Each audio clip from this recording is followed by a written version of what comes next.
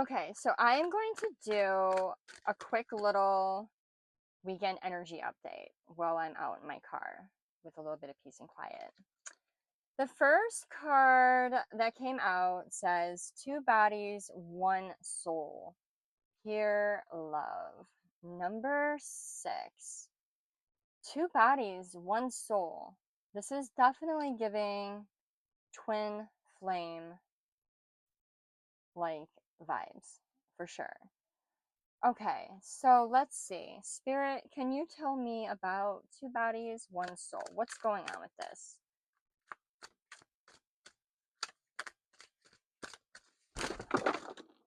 And I'll be back. So what happened was I started shuffling and every card in my hand flew out and flew all over my vehicle. So like as I'm picking up the cards off the floor, I was literally hearing spirits say, where do we even begin? There's so much to say. Like, I don't even know where to start. But as I was picking up all the cards and putting them back into my deck, one card was off all by itself, flipped upright. And it says, power struggle, ego versus heart.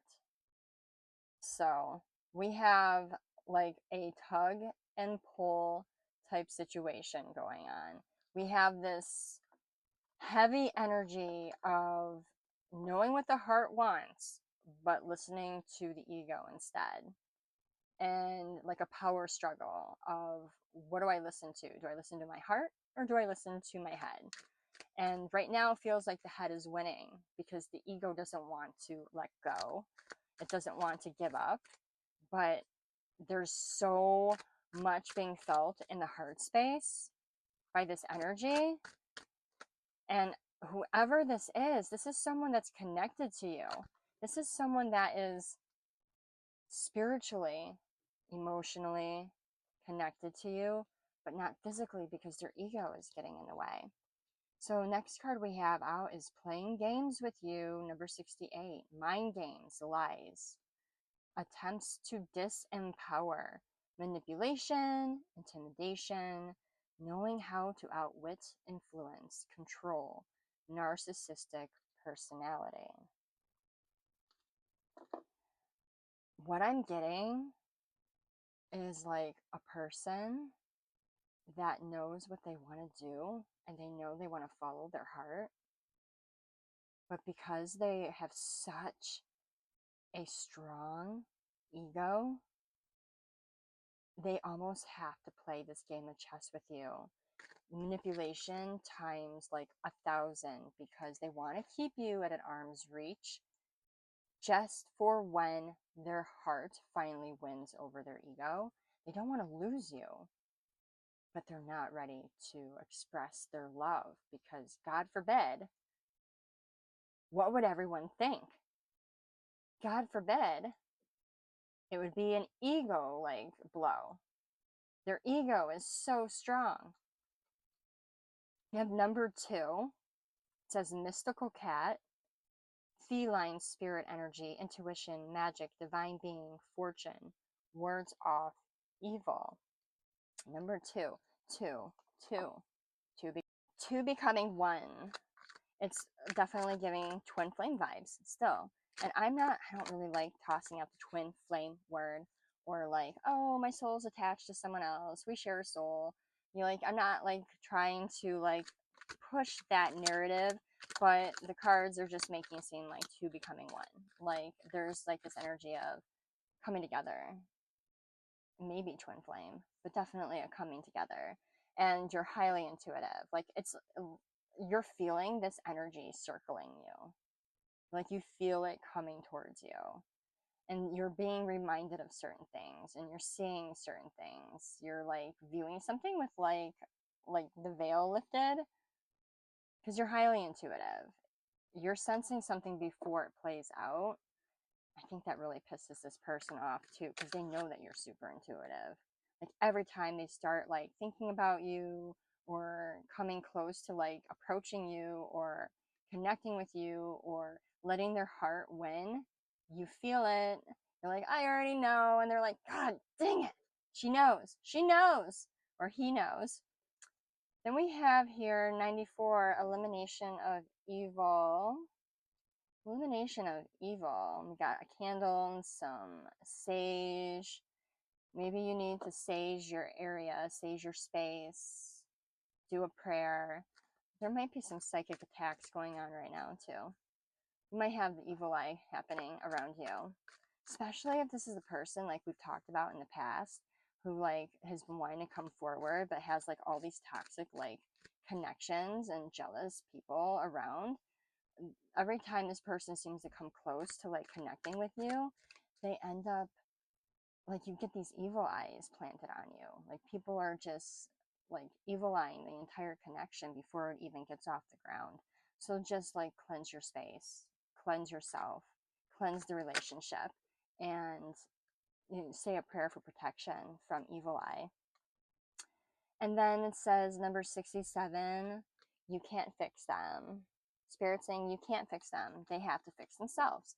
They've been having to fix themselves. They've been working on themselves, but they still have a lot more work to do. You need to let go of the idea that you're going to be able to fix this person. You're not responsible for fixing them. You're responsible for fixing you. And if it is a twin flame situation and you guys really are two souls that beat as one, or two hearts that beat as one, then the best you can do is taking care of your part of this soul, your half of this heart, making sure that you're healed, you're healthy, you're happy, you're thriving, you're in the right state of mind, the right vibration, and you're doing the work. Because if there's a connection, the more you do and the more you heal, the more your other half, your other part of your soul, your twin flame, your counterpart will be motivated without knowing. You don't have to say a word, but internally motivated to do the work and to do the healing. So focus on you. That's all you can do. Don't worry about them. I mean, you can worry about them, but don't put your stock and energy into them. Focus on your own self right now. I feel like I even said that in the last love reading I did, which I didn't expect this to turn into a love reading. I honestly didn't. Okay, so like two cards came out and I lost them. Give me a second. Like, where would they have gone? Oh, there they are. Okay, more than two cards came out, so we're just gonna reshuffle.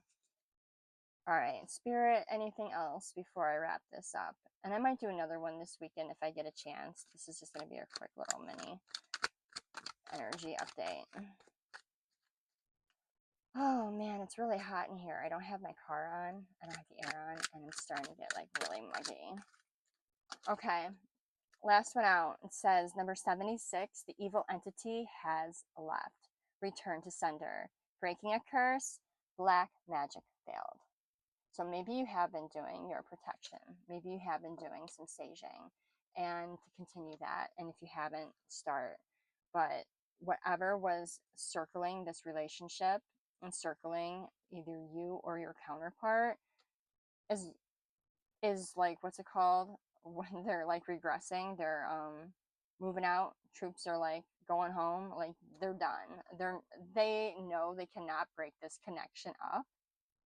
And if you're not with your person, they know they can't change their mind. They know that deep down this person has heartfelt feelings for you and a love for you, whether or not they want to admit it. Everyone around them knows it. And there's nothing that anyone can do to sabotage this from actually taking off. The question is when, right? Because we all want to know how much longer. It's been ages. It's been months. It's been years. It's been decades. Like, I'm not waiting around for this person anymore. And that is fine. Because you know what? Maybe that's how long it took this person to figure things out and to work on themselves. But something is telling me that they are finally in this energy of, I can't be without my person. I need my person. It's time. They're like, it's time. And you're like, I've waited too long. And that's okay if that's your. Then we have, it says eye to eye with the demons within, number 46. This is the first time I've ever gotten this card from this deck. And then on the bottom of the deck, it says sit, watch, observe, then make your move, number 40. And there's like eyes, eyes, eyes everywhere. God dang. It's like all this freaking watching. A lot of watching. Hold on, I'm gonna look at the other cards. This looks like an eye. You got a third eye. Lots of references to eyes. Hold on, let me look at this. So we have eye to eye with the demons within. Someone might have green eyes too. Number 40, number 46. Why do I'm getting like a 6-year cycle for some reason. I'm getting a 6-year cycle. Like it's been 6 years since maybe you've connected with this person. And it's like you had to like go within and face your demons. But you weren't just facing your demons, you were also facing their demons, and vice versa. When they went in to face their demons, they were facing your demons. Because if you guys are twin flames, you guys are like the same soul in 2 different bodies. You guys are like on this journey of self healing and discovery, but not just for like what you would think your own soul. So annoying. You were on for your both of your souls. Like this was a joint effort. And I'm feeling like you may have done a lot of the work. Like they were healing, but they weren't doing any of the work, but because you were going in and doing all this healing for them. And I really think it's taking them this long to realize, how did I like fix all that? How did I heal? How did I get past this part of my life? How, you know, and then the connection, like everything just started making sense. They're like, oh, dang, this person, there's more to this connection than I ever even imagined. But what do I do? What do I say? How do I approach them without sounding crazy? Because what if it's in my head? What if it's all in my head and I go to them and I say, hey, I think we're twin flames. And they're like, psh, you're crazy. But no, you're like, no, I think this too. But this person, they're like really, really in their heads about this. They're on a spiral thinking that you guys are twin flames and they want to talk to you about it, but they don't know how to talk to you about it because they don't want to come off that shit crazy. Oh, and let me just be frank. Okay, I'm not going to be Frank. I'm going to be Jen. I notice whenever I channel messages and I post messages, I feel like I'm in the energy of the people that I'm reading for. I feel my energy shift. I feel my personality shift. I feel everything. You can even probably go back to a lot of my readings and see where I say certain things that I normally don't say. Like right now, I'm in this really quirky, kind of like eccentric, very talkative and cutesy and, you know, kind of like attitude. And that's not my normal attitude. So I know I'm channeling someone that's extremely eccentric. I don't want to say hippie, but like that's what I'm picturing. Someone that could be like a hippie. Or someone that's just, they talk a lot with their hands. They like get into really, really deep conversations and they make a lot of really, really strong eye contact. But whoever this energy is, yeah, they're feeling like you're going to think that they're nuts if they come forward. Like they are in a power struggle between their heart and their head because their heart's like, I gotta say something, but their head's like, don't do it. You're gonna make a fool out of yourself. And I feel like you actually are gonna be really receptive though. If like they came to you and said this, you're gonna be like, yeah, yeah, we are. Like, I already know this. No, I don't think you're crazy. Like, I've been knowing this forever.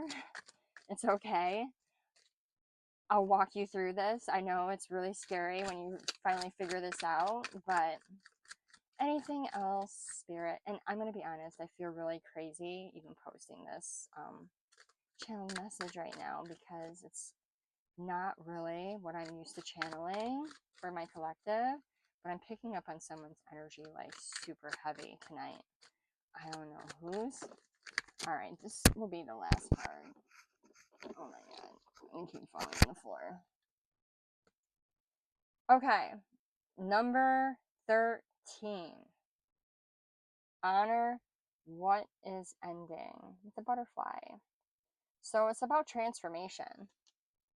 There is an ending, but a birth of something new.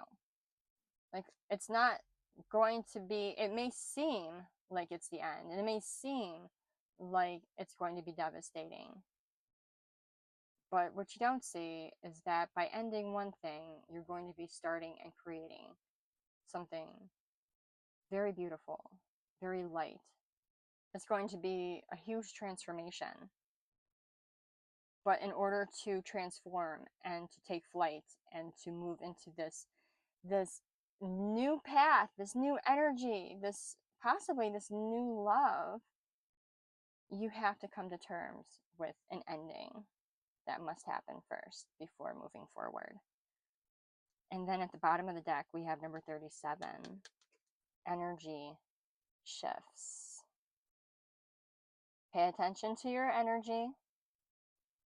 You are in the process of transforming and shifting up, leveling up, vibing up.